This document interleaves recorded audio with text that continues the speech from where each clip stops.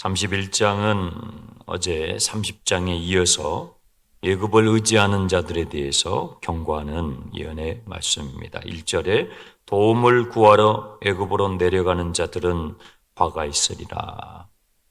우리는 하루하루 살아가면서 도움이 필요해요. 지금 전쟁 중에 있는 나라는 원조가 필요하겠죠. 몸이 아픈 분들은 병원에 좋은 의사의 도움이 필요하겠죠. 우리는 도움이 필요한 것입니다. 여러분, 오늘 필요한 도움이 무엇입니까? 누구에게 그 도움을 청해야 합니까? 남유다의 지도자들은요, 애굽에게 도움을 청했습니다. 이 애굽의 경향성, 이것이 우리 인간에게 있는 죄의 경향성이라고 어제 제가 말씀을 드렸습니다. 이스라엘 사람들에게 뿌리 깊이 내재되어 있는 이 애굽의 경향성. 문제가 터지면 애굽으로 가자. 애굽으로 돌아가자.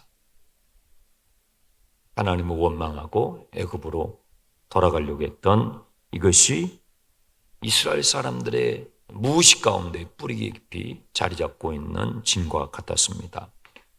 이 애굽으로 내려가는 애굽의 도움을 구하는 것은 구체적으로 1절에 이렇게 표현되어 있어요. 애굽의 말들을 의지하며 애굽의 병거의 많음을 의지하고 애굽의 마병의 힘이 강함을 의지하고 애굽이 보유하고 있는 말들과 그 병사들과 그 전차들을 의지했던 것이죠. 군사력이죠.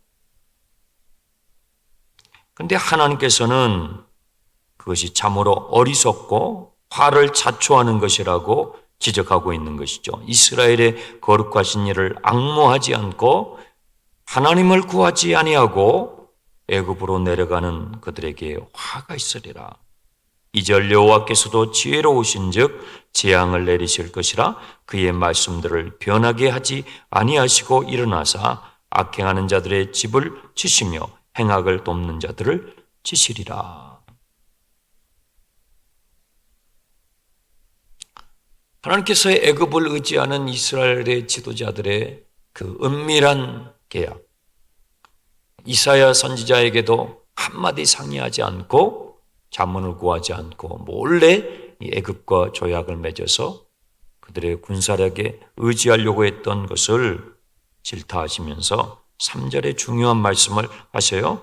애굽은 사람이요 신이 아니며 그들의 말들은 육체요 영이 아니라. 어떤 면에서 현실적으로 그 예루살렘의 지도자들의 선택이 옳죠. 아수르가 쳐들어오는데 그저 손 놓고 기도만 하고 있을까요? 무엇인가 정치적으로 외교적으로 노력을 해야 되죠. 지도자의 역할이니까요.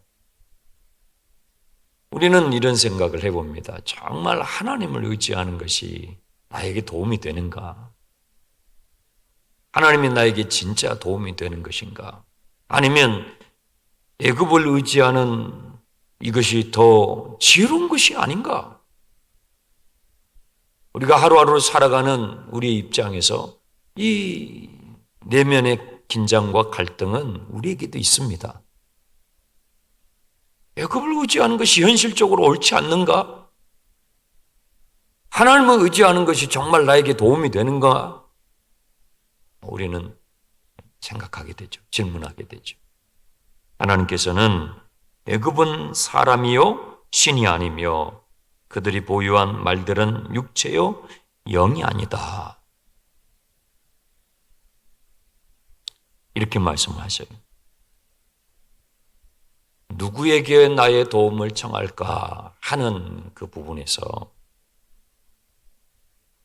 우리는 무엇을 도와달라고 해야 되는가에 대해서 좀 이해가 필요해요.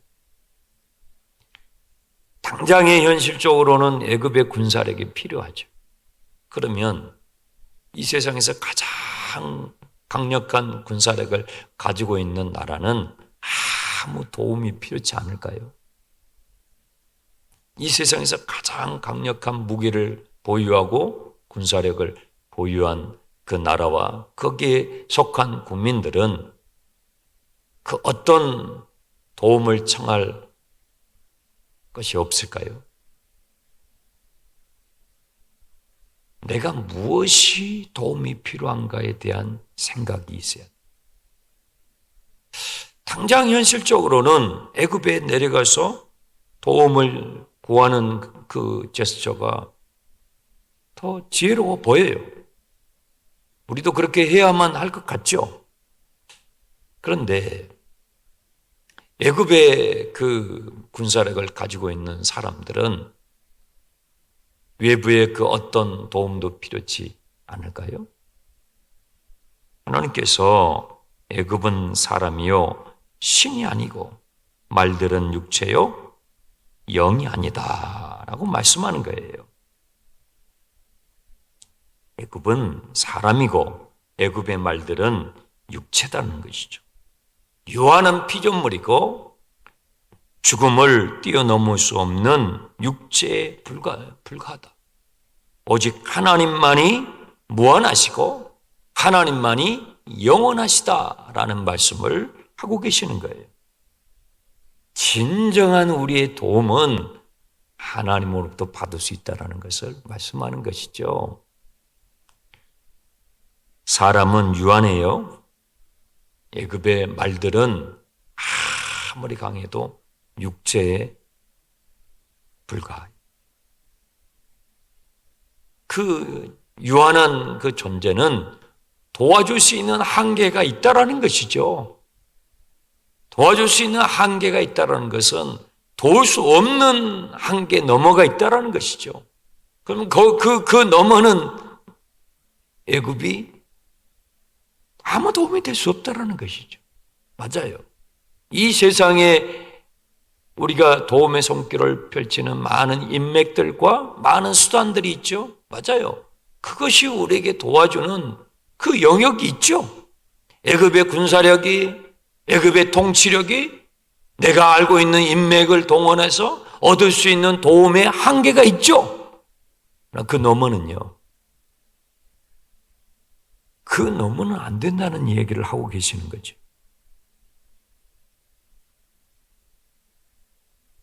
애굽은 사람이다. 애굽의 군사력은 육체에 불과하다. 하나님만이 무한하시고 하나님이 신이고 하나님이 영이시다.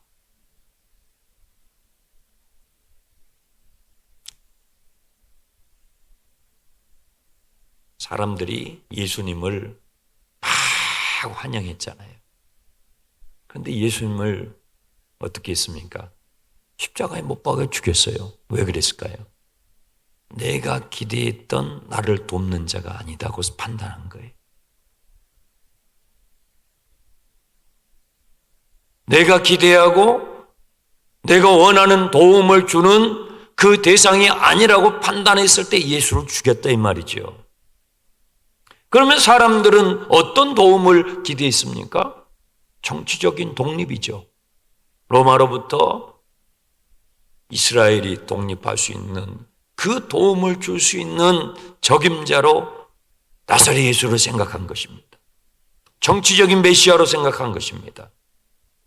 그 적임자로 생각하고 예수님이 예루살렘에 입성하실 때 막 환호하면서 종려가지를 흔들면서 옷을 깔고 마치 양탄자를 깔면서 환영하듯이 예수님을 환영했는데 예수님께서 아무것도 안 하시는 거예요. 그냥 성전에서 하나님 나라 복음을 전하시고 무슨 기적을 행하시는 것도 아니고 무슨 표적을 행하시는 것도 아니고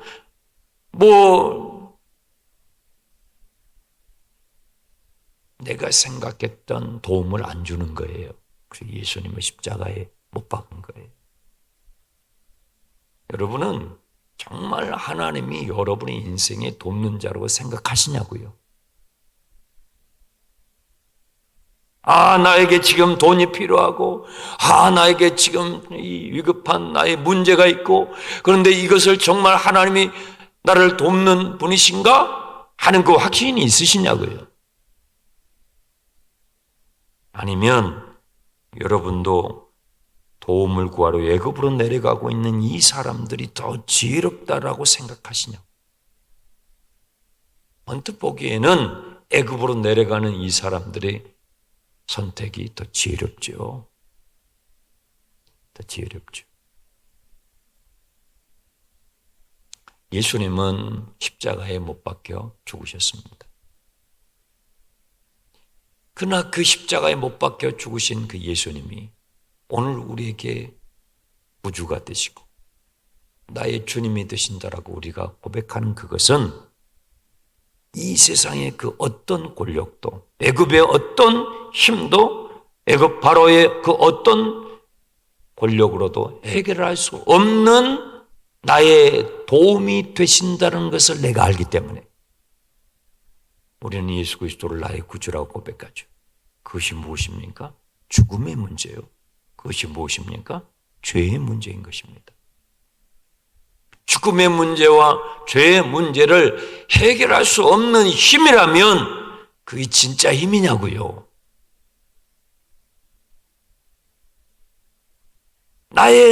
내 실존의 내 존재의 죄의 문제를 해결할 수 없는 힘이라면 그것이 진정으로 우리가 도움을 구해야 할 힘이냔 말이에요. 나의 죽음의 문제를 해결할 수 없는 힘이라면 정말 내가 나를 도와줄 수 있는 힘이냐고요. 아니잖아요. 아니잖아요. 그것을 말씀하시는 거예요. 애굽은 사람이여 신이 아니다. 너의 진정한 문제를 해결해 줄 수 없다라는 것이죠. 그들의 말들은 육체요 영이 아니라 여러분 하나님은 영이십니다. 하나님은 영이십니다. 하나님이 영원하셔요. 하나님은 무한하셔요. 한계가 없으셔요. 그 하나님께 도움을 구해야지 왜 애굽에 가서 도움을 청하느냐고 주님께서 책망하시는 것이죠. 4절 하나님께서 자신을 두 가지 동물로 비유를 하세요. 사자로 비유하시는 거죠. 여호와께서 이와 같이 내게 이르시되 큰 사자나 젊은 사자가 자기의 먹이를 움키고 으르렁거릴 때에 그것을 치려고 여러 목자를 불러 왔다 할지라도 그것이 그들의 소리로 말미암아 놀라지 아니할 것이요. 큰 배고픈 사자가 양 한 마리를 탁 물었어요. 그런 목자들이 와가지고 그 사자를 말려서 할지라도 그 굶주린 사자가 움켜쥐고 있는 그 양을 놓겠느냐 이 말이죠. 하나님께서 그와 같이 사자와 같이 주의 백성들을 지키신다는 말씀이죠. 4절 끝부분 보세요. 이와 같이 나 만군의 여호와가 강림하여 시온산과 그 언덕에서 싸우리라. 사자와 같이 내가 나의 백성들을 아수르가 쳐들어오고 이 세상 가운데서 나의 백성들이 나의 도움을 구할 때에 내가 사자와 같이 강림하여 나의 백성들을 보호할 것이다. 오전에는 독수리로 주님이 자신을 비유하셔. 독수리가 어미 독수리가 날개치며 그 새끼 독수리를 보호함같이 새끼 독수리가 둥지 안에 있는데 뱀이 올라와 가지고 그 새끼 독수리를 먹으려고 할 때에 그 어미 독수리가 날개를 치며 자기 새끼를 보호하기 위해서 또 그 새끼 독수리를 진짜 독수리답게 키우기 위해서 어미 독수리는요 의도적으로 낭떠러지 절벽 꼭대기에다가 둥지를 틀어요. 그리고 어느 시점이 되면 그 어미 독수리가 그 새끼 독수리의 둥지를 날개로 쳐버립니다. 그러면 새끼가 어떻게 해요? 그 벼랑에서 떨어집니다. 떨어지면서 거의 땅바닥에 떨어져 죽기 직전에 어미 독수리가 탁 날개로 새끼 독수리를 받아서 다시 둥지에 올려놔요. 그리고 먹이를 주고 또 먹이를 갖다 주고 또 며칠이 지나면 다시 절벽 밑으로 떨어뜨립니다. 그러면 또 새끼 독수리는 엄마 살려달라고 날개짓을 하죠. 왜 그렇게 해요? 그렇게 해서 새끼 독수리의 날개에 힘을 키우는 거예요. 근육을 키우게 해주는 거예요.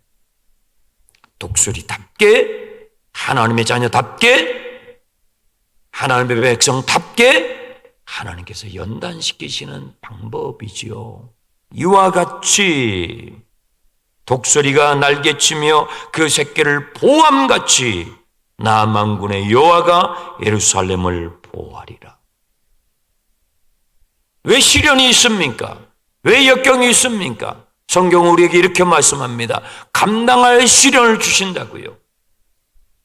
어미 독수리가 새끼를 낭떠러지에 떨어뜨리죠. 얼마나 다급합니까? 새끼에게는. 그러나 어미 독수리가 다 지켜보고 있습니다. 마지막 순간에 그 날개로 받아서 다시 차고 올라갑니다. 이 세상을 호령하고 공중의 왕처럼 다스리는 독수리처럼 그 새끼가 클 수 있도록 계속 훈련을 시키는 거예요. 하나님의 자녀답게 하나님의 영광을 드러내는 죄를 이기고 마귀를 이기고 이 세상에서 승리하는 하나님의 자녀로 키우시는 하나님의 방법이죠. 거기서 보호한다는 단어를 4가지의 동사를 써서 설명을 하셔요. 부연 설명을 하시는데 5절을 다시 보시면요. 예루살렘을 보호할 것이라. 그것을 첫 번째 호위하며, 두 번째 건지며, 세 번째 뛰어넘어, 네 번째 구원하리라.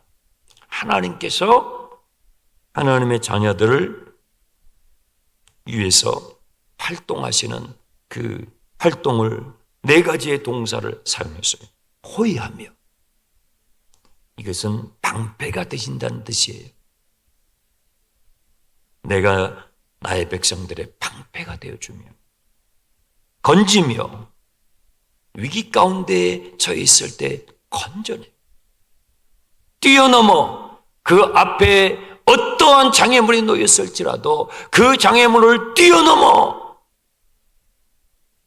나의 백성들을 가로막고 있는 그 장애물이 아수르든지 바벨론이든지 무엇이든 간에 그 장애물이 산이든지 바다든지 무엇이든지 심지어는 죽음일지라도 그것을 뛰어넘어가 어떻게 해요?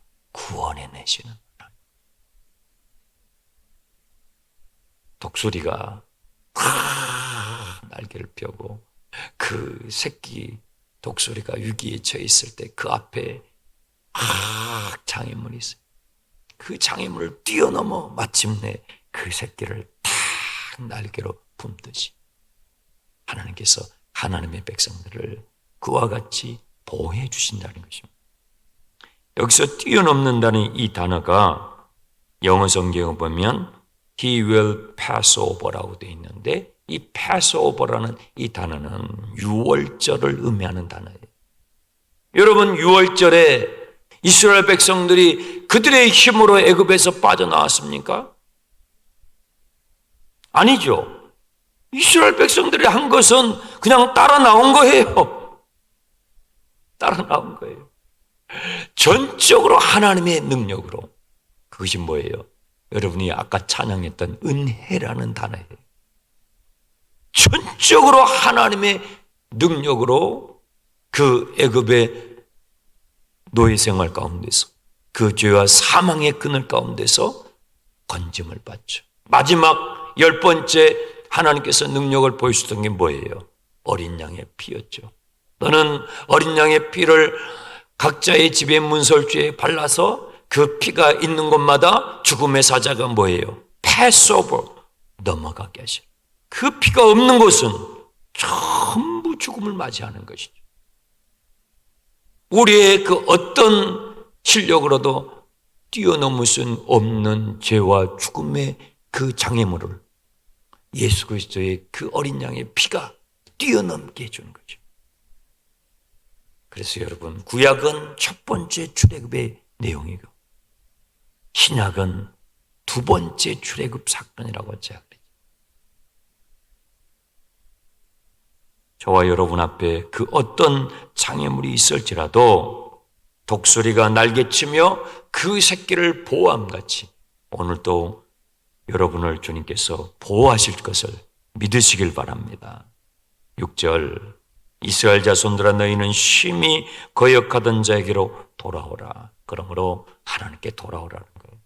애굽으로 가지 말고 애굽으로 향하려고 하는 너희의 마음을 돌이켜 하나님께 돌아오라고 하시는 것이죠. 7절 너희가 자기 손으로 만든 범죄한 은우상 금우상을 그날에 각 사람이 던져버리고 너희들의 손에 쥐어있는 그 우상들 다 던져버리고 애굽을 의지하려고 하는 그 우상들을 다 던져버리고 전심으로 마음을 다하여 하나님 앞에 돌아오라고 말씀하시는 것이죠.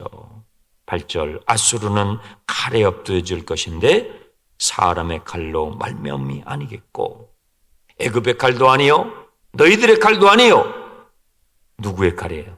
하나님의 칼에 의해서 하나님의 방법에 의해서 하나님의 때에 하나님의 방법에 의해서 너희를 유혹하고 너희를 위협하고 너희를 두렵게 하는 그 아수르 우리가 다 아수르가 한 가지씩 있어요. 여러분을 두렵게 만드는 여러분을 위협하는 여러분의 인생에 아수르가 있단 말이에요. 그것을 우리의 힘으로도 아니고 저 애굽의 힘으로도 아니요 하나님의 칼로 하나님께서 막으실 것이라고 말씀해 주시는 것이죠. 9절 그의 반석은 두려움으로 말미암아 물러가겠고 그의 고관들은 기치로 말미암아 놀라리라. 이는 여호와의 말씀이라. 여호와의 불은 시온에 있고 여호와의 풀무는 예루살렘에 있느니라. 하나님의 불이 시온에 있는데도 이스라엘 지도자들은 그것을 망각하고 애굽으로 갔다는 것이죠. 하나님의 불이 성령의 불이 여러분의 심령에 있음을 믿으시기 바랍니다. 예수 그리스도를 나의 구주로 고백하는 자들에게 성령을 우리의 심령에 보내주시잖아요. 그 성령께서 주의 말씀을 깨닫게 하시고 생각나게 하시고 그 말씀을 붙잡도록 도와주시고 죄와 사망의 법으로 끌려다니지 말고 생명의 성령의 법 아래에서 죄와 사망의 법을 이기도록 도와주시는 것이죠. 사도 요한은 이런 말씀을 했죠. 너희는 이 세상이나 세상에 있는 것들을 사랑하지 말라. 누구든지 세상을 사랑하면 아버지의 사랑이 그 안에 있지 아니하니 이는 세상에 있는 모든 것이 육신의 정욕, 안목의 정욕, 이생의 자랑이니 다 아버지께로부터 온 것이 아니요 세상으로부터 온 것이라. 이 세상도 정욕도 지나가되 오직 하나님의 뜻을 행하는 자는 영원히 거하느니라. 이 세상의 힘은 영원하지 않아요. 애굽의 힘은 여러분이 그렇게 소중히 여기는 사람의 관계, 인맥, 이 세상의 모든 지혜와 지식과 방법은 영원하지 않아요. 애굽은 신이 아니다. 하나님이 신이시고 애굽의 말들은 영이 아니다. 하나님이 영이셔요. 그 하나님만이 우리 인생의 모든 부분들을 도우시고 보호해 주실 수 있는 우리 인생의 진정한 도움 되심을 오늘도 믿으시고 기도하실 때 여러분의 심령에 큰 확신으로 주님께서 붙잡아 주시기를 축원합니다. 기도 카드 꺼내시기 바랍니다.